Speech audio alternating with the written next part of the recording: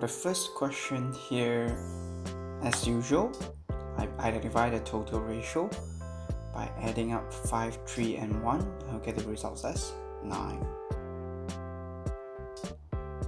So the 15 kg of bird food, okay, it's actually the total. So total times 3, which is the specific ratio for millet, over 9, you will get the results as 5 kg.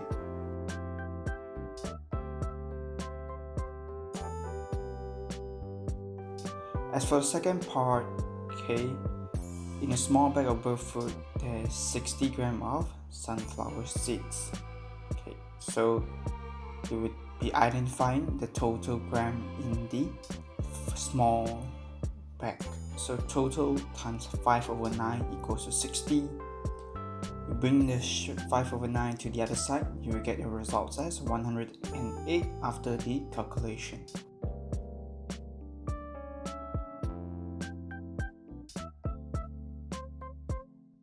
As for the next part, okay, I separate into John's farm and Anne's farm.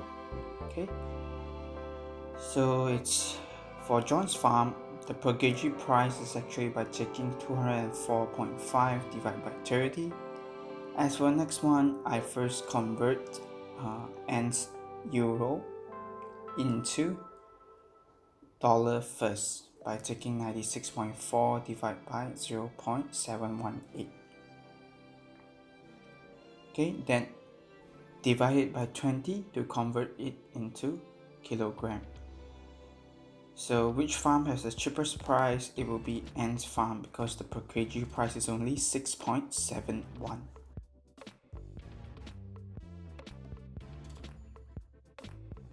For section C, okay, 420 grams per second. Okay, in 4 hours there will be 60 times 60 times 4, which is 14,400 seconds. So I took 14,400 times 420, then divide by 20,000. Okay, reason being you're required to convert the 20 kg into gram first. Okay, so after the conversion, you get your results as 302.4. However, there won't be 0.4 bags, hence I round it down into 302.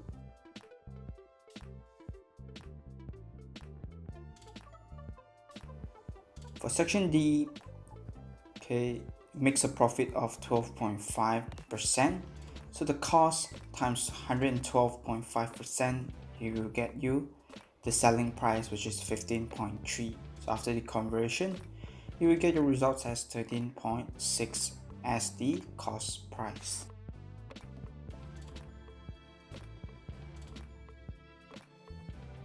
As for section E, okay, 600 bags and 1 over 50 of them is damaged. So just take 600 times 1 over 50, you will get your results as 12.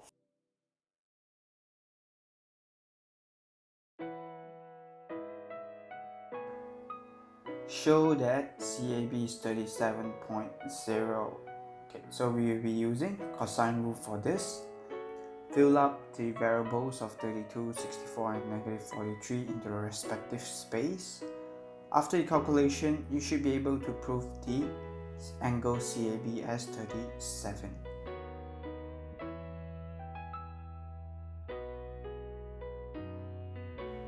As for you to calculate area of triangle ABC, we are using half AB sine C formula. So you'll be taking half times 32 times 64 times sine 37. Then you will get your results as 616. Reason being we are taking that is because based on the triangle ABC, the only angle information that we gotten is CAB that we calculated earlier. So the angle, the next two sides of it is 32 and 64 respectively.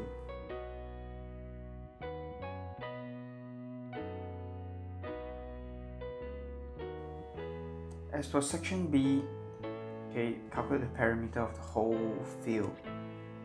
Okay, it was given that DAC is 55 and CD is 70 meters. So first thing that I did was to use sine rule to identify ADC's value, because after we gotten ADC, we can identify ACD's angle value. Okay, without that, we can't proceed to calculate AD's side length. So I run the calculation and gotten ADC as 48.5, as I labeled number 1 over there. So I reverse the calculation. Okay, the total interior angle of a triangle is 180. Hence ACD is 180 minus 55 minus 48.5, which is 76.5. The third part, I run sine rule again to calculate AD's value, and I got 83.1. Hence, perimeter means I'm adding up AB, BC, CD, and DA up. So the final result is actually 228.1, and after correcting it 3 significant figures, you get the result as 228.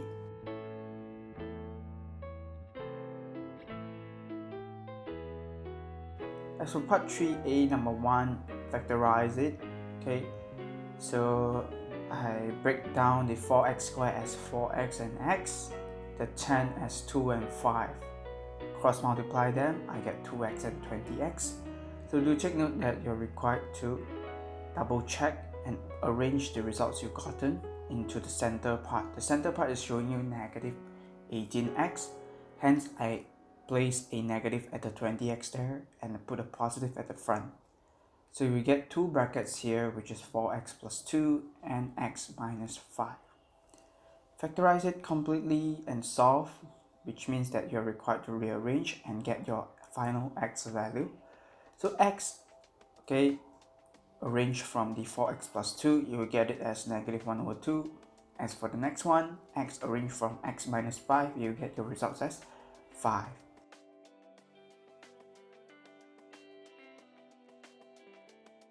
Section B, we are having A, B, and C. A is equal to negative 7 as B and negative 10 as C. By using the quadratic formula, negative B plus minus square root of B squared minus 4AC over 2A, you will get your final results as 4.59 or negative 1.09 respectively.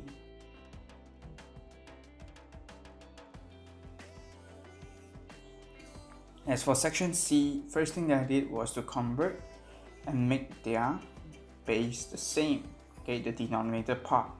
Hence there will be 2 brackets at the denominator now, which is 3x minus 1 and x minus 2. So for the first fraction over there with a denominator of 3x minus 1, it lacks a x minus 2. So you minus it both to the top and the bottom. So your numerator will now be adjusted into 6 bracket x minus 2. As for the second fraction over there, it will now become negative 2 being multiplied to 3x minus 1.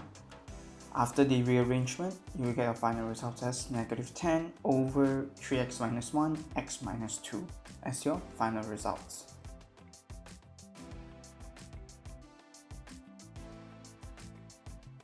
Question for part A. The first section, the question mentioned about quadrilateral, hence you're required to know that the total interior angle of a quadrilateral is 360, hence I took it minus by 32, minus 90 minus 90, you will get your results as 148. So do take note that OAB is actually a 90 degree as well, because it is from the radius joining up to a tangent line outside of the circle.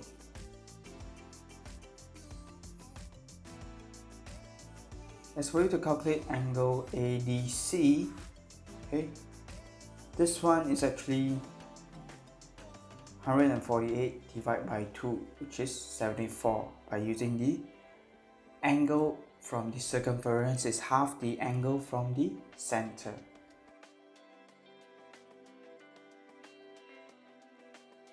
As for the next part, calculate angle OCD. This one we'll be using the information that we gotten. The major sector of AOC is actually 360 minus 148, you will get 312. As for DAO, this part you just take 143 minus 90. So you will have the quadrilateral again. So 360 minus 212 minus 74 minus 53, you will get the results as 21.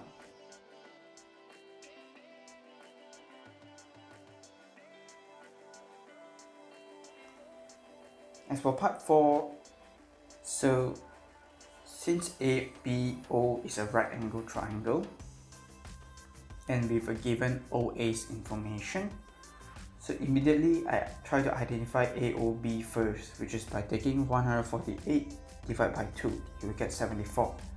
Hence, AO will now become your adjacent and AB is your opposite. So we'll be using tangent for this and you will get AB's results as 20.9.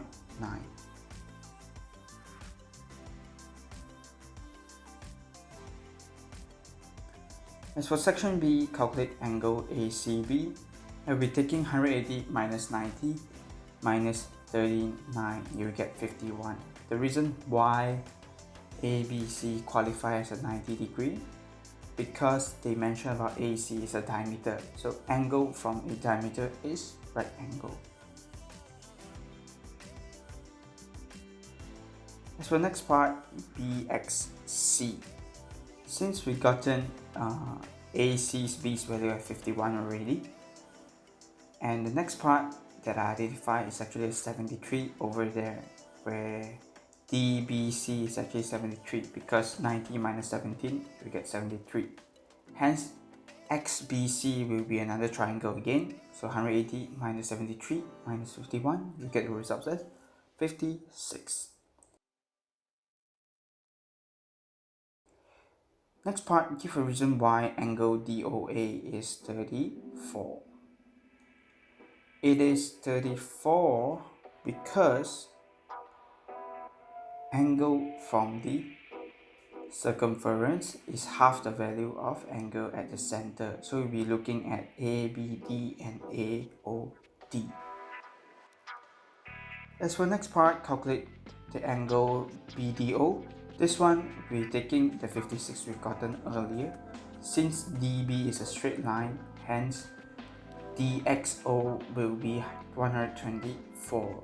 So by taking 180 minus 124 minus 34, you will get your results as 22. As for next part, the radius of the circle is 12. Calculate the major arc of ABCD. So for this, we'll be taking 360 minus 34 over 360 times 2 pi r. So after the final calculation and conversion to 3 significant figures, you get the results as 68.3.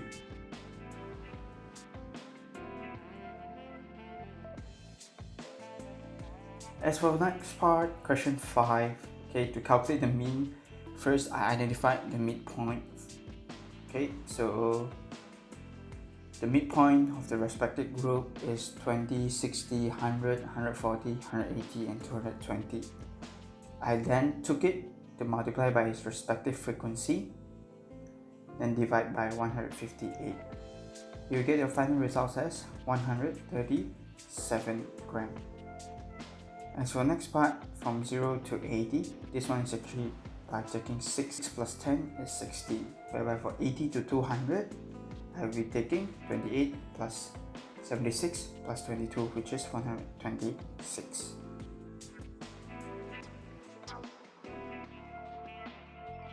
For the next part here, to draw down the frequency density diagram, first I double check the part that was given. Okay, for the last group, between 200 to 240, the class interval is 40 only. As for the frequency, it is 16. So 16 divided by 40, you will get 0.4, which matches up with what was given in the graph, which indicates that there's no scale factor involvement. So we then proceed with the remaining calculation. For the first part, the frequency is 60 and the class interval is 80. So 16 divided by 80, you get 0.2. So then I draw down 0.2 over there. And for the next part, it's actually 126 divided by 120, you get 1.05. I then proceed and draw the 1.05 histogram into the graph given.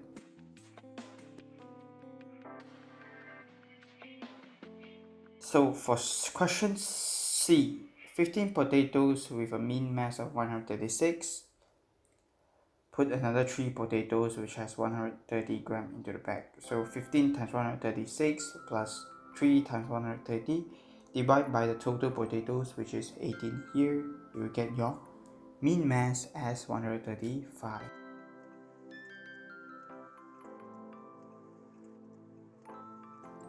As for next part, vector. So calculate the magnitude, we are simply using the Pythagoras theorem. After the rearrangements and calculation, we get it as square root 34 or 5.83.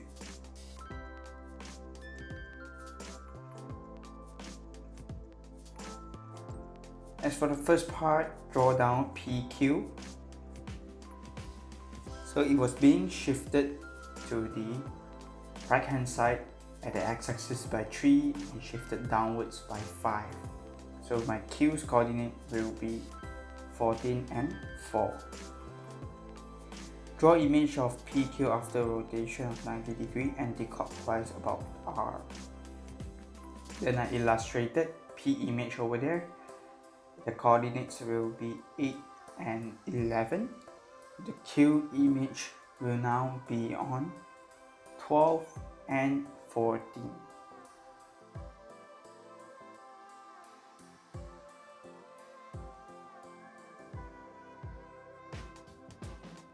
So section C, identify CE's value. I first change DC into CD because as the question required. I will get the results as negative bracket 3D minus 8. So CE is actually CD plus DE. So I fill up the blank. Okay, you get the final results as 3A minus 2B.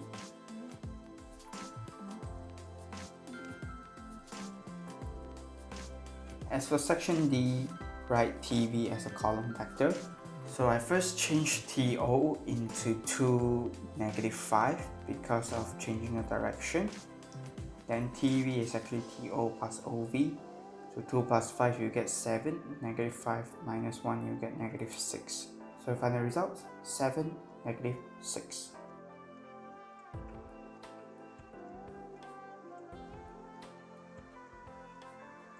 As for section E, find CB in terms of B and C. Okay, this one is actually CA plus AB, which is -C plus B.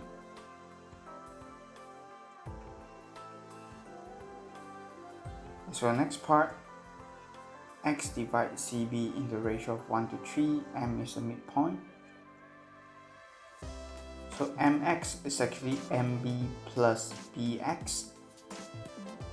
Okay, so I fill up MB as mentioned by the question, it is a midpoint, hence it is half of B.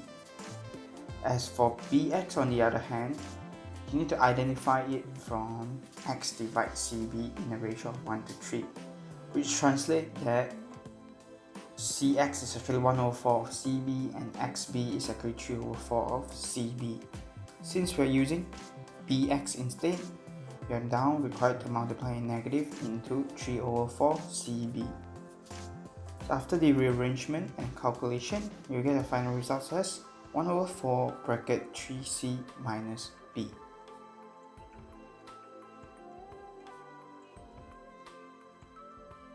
As for question 7, write down the 4 inequalities to show the information.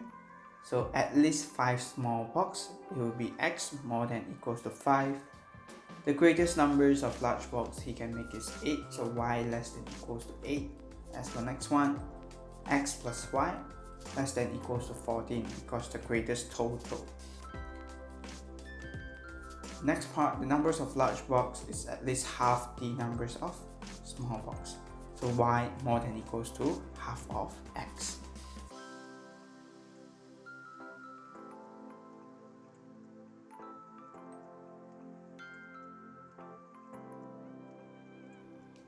Since all of them is using more than equals to or less than equals to, all the line drawn should be in solid line. So as per usual, I draw down the horizontal and vertical line first. Okay, then I label down the arrow to indicate that which part do they actually want. So after I drew down that, you will know that right hand bottom corner, the rectangle there will be your region. Okay, I then move on and add in 2 lines. I set down random points so that I can draw it out. Okay, the 2 lines will be x plus y less than equals to 14 and y more than equals to 1/2 of x. So since the question mentioned y less than 14 minus x, okay, so this one will be referring to the left hand side of the line. So it further narrowed down and it now form a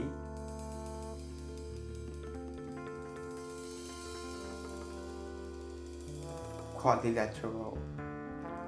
I then fill up the last line, y more than equals to 1/2. You get the direction is shift, referring to the upper part. So the quadrilateral at the center will be your region. So you label the R over there.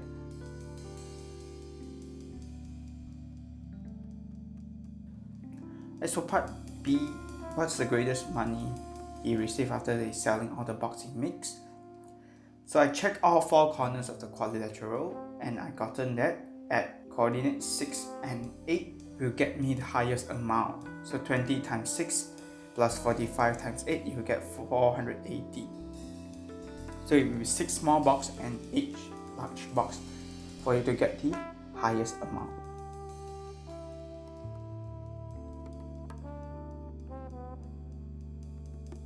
As for question 8, okay, draw a tangent to the curve at x equals to 2.5. So when x equals to 2.5, I draw a line over there. Okay, you get your results. The 2 coordinates will be 2.5, 1.1, and 3, 2. So based on these 2 coordinates, I then run the calculation and got it as 1.8. Use your graph to solve when y equals to 2. When y equals to 2, the results that I gotten is actually 1.425 and 2.8. As for section C, you just simply substitute 0.7, 1 and 2 into the g function. You get the results as 4.4, 2.5 and 1.5. I then label down it onto the graph. You get this, and the interception will actually be 0.8, 1.65 and 2.7.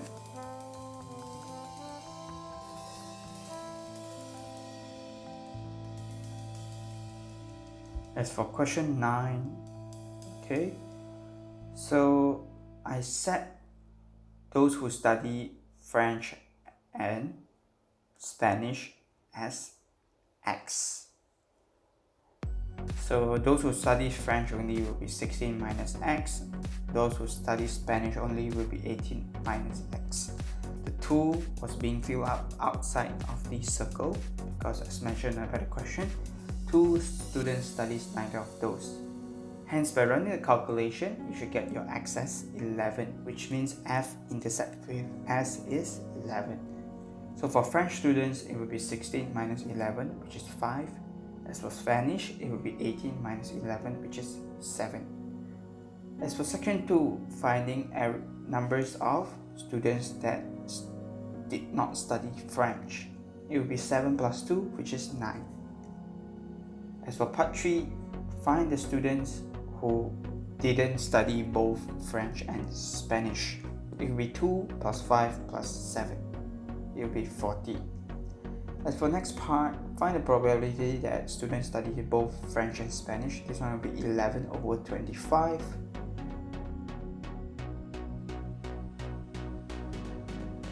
Without replacement, both studies Spanish only, it will be 7 over 25 times 6 over 24. You will get a final result as 7 over 100.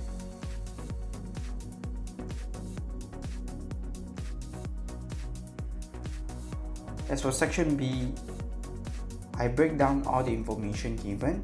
4 students study both German and French with F intersect with G equal to 4. 12 students study Spanish but not French. This one is actually S only. As for 9 students studies French but not Spanish, so it further narrowed down that 60 minus 5, 60 minus 9 equals to 7, which means that French and those who studies French and Spanish is actually 7 of them, and who studies French only will be 5, because based on the 4 students study both French and German is 4 of them. So you now can draw down the graph. It should look something like this.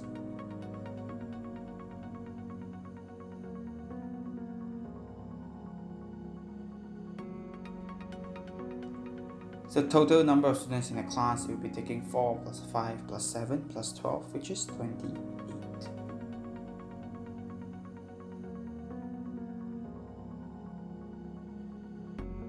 Question 10. Okay, calculate BC minus AD for the n equals to 13.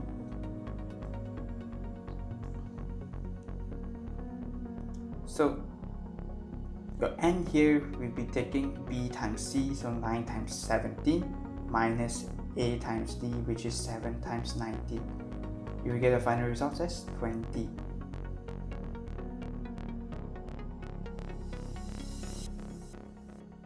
As for section 2, for the 5-column grid, a equals to n minus 6. Write down b, c, and d for n in the grid. So if a is actually 13 minus 6, you get 7. Hence, for it to get to b, it will be 13 minus 4. So b is actually n minus 4. Whereby for c, for 17 to get to 13, this one is actually plus 4. Hence, c's final results will actually be n plus 4. As for section D, from 13 to become 19 is actually added by 6.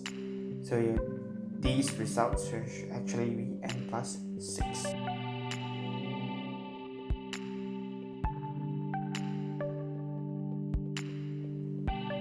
As for section 3, write down BC minus AD in terms of n, show that it is simplified to 20. So it will be n minus 4 times n plus 4 minus n minus 6 times n plus 6. So after the conversion and calculation, you get the final results as 20.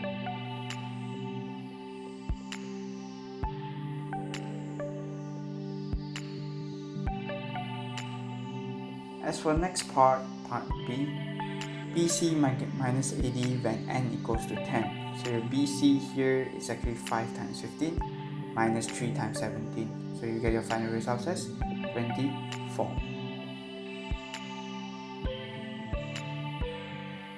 So repeat the same for what we did earlier in section 2.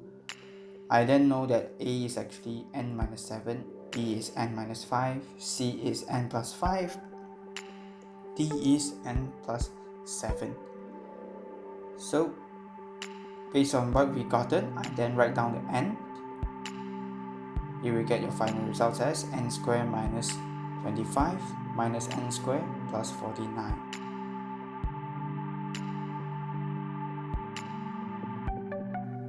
A grid has a 7-column there, and then it is 17. So the 17 is the n, hence we will be focusing at the value beside it.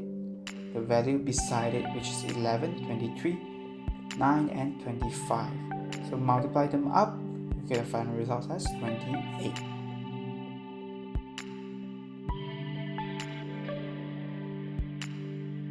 As for the last question here, section D, find the value of BC and AD when T is column in the grid.